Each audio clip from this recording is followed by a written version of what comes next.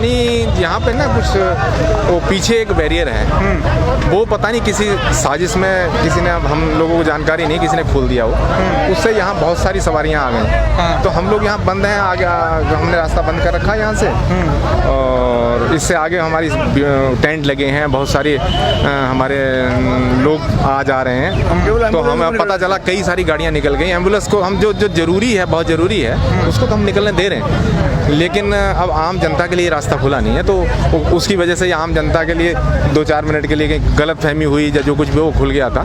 अब हम लोगों ने उन्हें बता दिया, पुलिस के अधिकारी यहाँ पे आ गए थे, उन्होंने कहा साहब पता नहीं क्यों खुल गया वो, तो अब वो व्यवस्था वो देख रहे हैं उसकी, तो अब वो उन्होंने पूरी तरह बंद कर दिया। ये वाली बैरिकेडिंग तो बंद है ना? ये बंद है, ये बंद है। पीछे एक बैरिकेडिंग है, इससे 5-6 किलोमीटर वाली से क्या मतलब? वो यहाँ छोड़ देते हैं ना, नहीं तो देखो कोई यूटर्न हो जाते हैं ना। नहीं वो है ही नहीं, आने का किसी को है ही नहीं वहाँ। यूटर्न पीछे से होते हैं, यहाँ पे वहाँ वो बिल्कुल बंद है, सिर्फ ये आंदोलन के लिए जो आता है उसके लिए खुला है। तो लेकिन वो जहाँ फिर कोई एम्बुलेंस गाड़ी आती है, जहाँ कोई और ऐसी कोई घटना हो जाए, कोई इस तरह जरूरी हो, आवश्यक कोई सेवा हो, अगर कोई लोग बीच में फंस जाता है गलती से, तो उसके लिए यूटर्न बना हुआ है ना यहाँ। हाँ, तो वो फंस नहीं, वहाँ रास्ता ही नहीं है, खुला ही नहीं है। तो वो किसने खोला फिर? अब वो पता नहीं किसी ने खोल दिया, अब हम लोगों को तो मालूम नहीं है। वहाँ पे तो पुलिस भी खड़ी रहती है। हाँ, पुलिस का ही है, वो हो सकता है पुलिस का कोई कांस्टेबल हो, थोड़ी देर के लिए हट गए हों, खाना खाने का वक्त भी था, चले गए हों, उस वजह से किसी ने हटा दिया हो जबरदस्ती। रूमर फैला दिया किसी? नहीं, रूमर नहीं, वो था थोड़ा सा, वो गाड़ियाँ हमने भी देखी, वो चले गए, वो सब लोग चले गए, अब वो सारा मामला खत्म हो गया। सर क्या लग रहा है अब आंदोलन का आपको, क्या स्थिति क्या नजर आ रही है? देखिए ये तो सरकार जाने, हम तो भाई आंदोलन में बैठे हैं। आंदोलन तो आप कर रहे हैं ना? नहीं, हम आंदोलन का नहीं, हम तो जब तक सरकार हमारी मांगे नहीं मानेगी, जब तक इस देश को बचा नहीं लेंगे हम इस काले कानून से, तब तक हम वापस नहीं जाने वाले हैं। और ये सरकार को तय करना है, आज कर ले, कल कर ले, परसों कर ले, 6 महीने में कर ले, साल में कर ले, 2 साल में कर ले, वो सरकार का मामला। सरकार ने तो सर क्लियर कर दिया, आप उनका स्टैंड तो क्लियर है कि कानून तो वापस नहीं होगा। तो हम भी नहीं जाएंगे, हम भी वापस नहीं होंगे। हम तो कानून की वापसी तक यहाँ बैठे हैं और शांतिपूर्ण तरीके से बैठे हैं, और हम देश को बचाने के लिए बैठे हैं। ये देश को, जो देश की गद्दियों पर बैठे हैं जालिम लोग जो बैठे हैं, जो तानाशाह लोग जो बैठे हैं, जो गद्दार देश के बैठे हैं, उन लोगों की हम बात नहीं मानेंगे। हम जो हमारे किसान नेता, हम सब मिलके जो बात तय कर रहे हैं वो यही है कि ये आंदोलन तब तक चलेगा जब तक ये कानून वापस नहीं होगा। सर बॉर्डरों की तो रौनक फीकी पड़ रही है। वो हम लोगों का काम है किसानी का। मैं लगातार 5 महीने से यहाँ लगातार था, मुझे भी जाना पड़ा, मैं भी अपनी फसल काट के कल से मैं भी यहाँ पे आया हूँ। इसी तरह सब साथी जा रहे हैं, जिसको जितना समय मिल रहा है, जितनी फसल जिसकी है काट के वो अपना।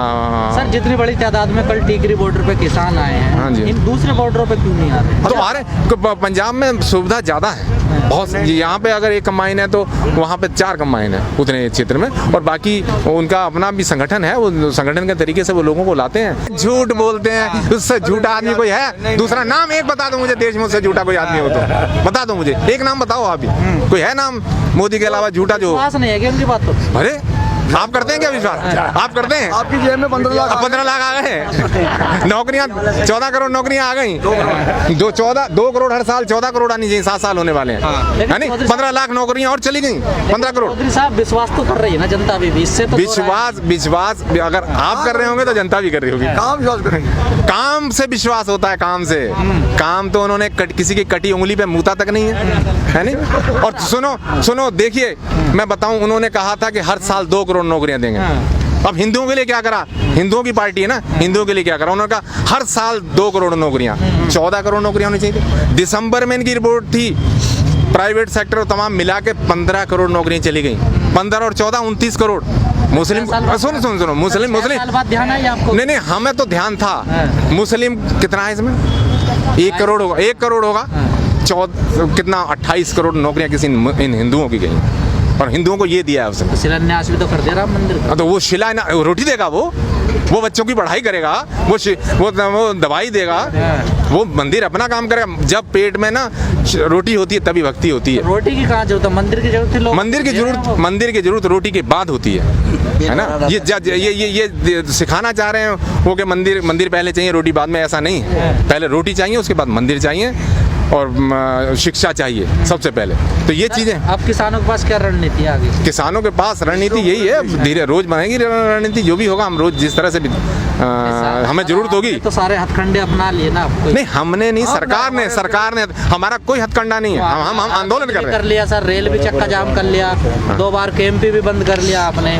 ठीक बात है, ठीक बात है, आपकी बात ठीक है। हम लोग जो हमारा प्रोग्राम बनता है, संयुक्त मोर्चा का जो प्रोग्राम होता है उसे हम लागू करते हैं, और होता है आंदोलनों में, ऐसा नहीं, और शांतिपूर्ण हो रहा है, ये सबसे बड़ी बात है। इतना बड़ा आंदोलन शांतिपूर्ण। तो साहब ऐसा तो नहीं कि मनोबल टूटने लगा हो किसानों का? बिल्कुल नहीं, मनोबल आज उससे दुगना है किसानों का मनोबल, और कल को उससे दुगना होगा। ये मनोबल बढ़ता चला जाए, किसान का मनोबल तोड़ने का बॉर्डर पे कम रहना, ये भी एक वजह है। नहीं, नेता हम में से कोई है ही नहीं, हम सब किसान हैं। नेता है कोई?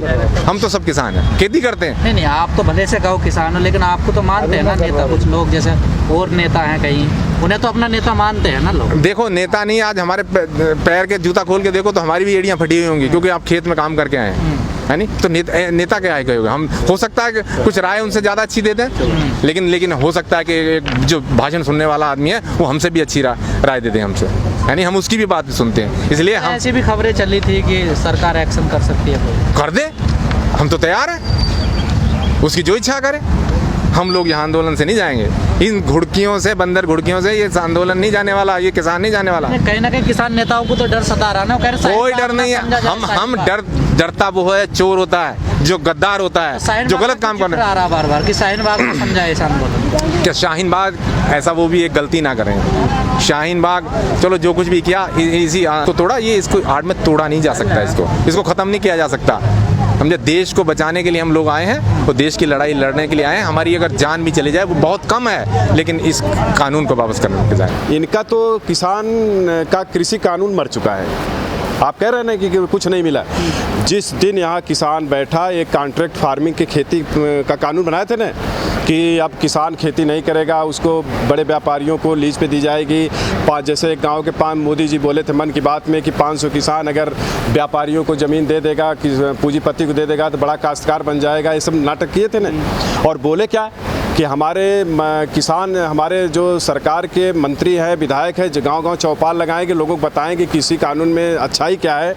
जब वहाँ पर किसान उनसे सवाल पूछने लगा कि अरे भैया, कॉन्ट्रैक्ट फार्मिंग में हमारी ज़मीन को तुम पूंजीपतियों को दे रहे हो, हम अपनी ज़मीन को पूंजीपतियों को नहीं देने देंगे।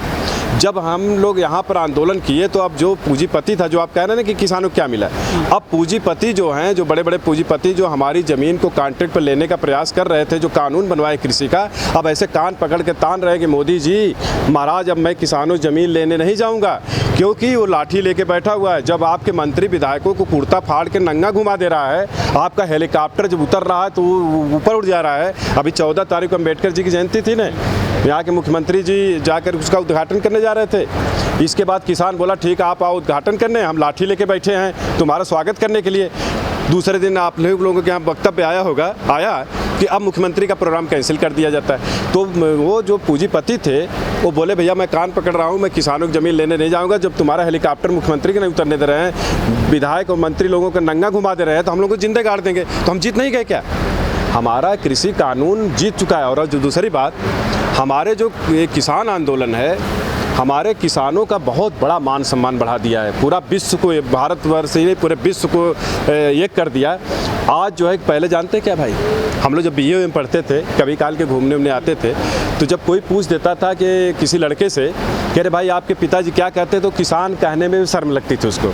किसान कहने में भी जैसे अपना आप सोचता था कि हम किसान के बेटे हैं। लेकिन अगर आज की डेट में अगर किसी से अगर पूछा जा रहा है, बीटेक भी कर रहा है, इंजीनियर भी है, जज भी है, डीएम भी हो गया, अगर लड़का कोई, अगर उससे पूछा जाता है भाई आपके पिताजी क्या करते हो, गर्व के साथ कहता है हमारे पिताजी एक किसान है, मैं भी किसान का बेटा हूँ, मैं भी किसानी करता हूँ।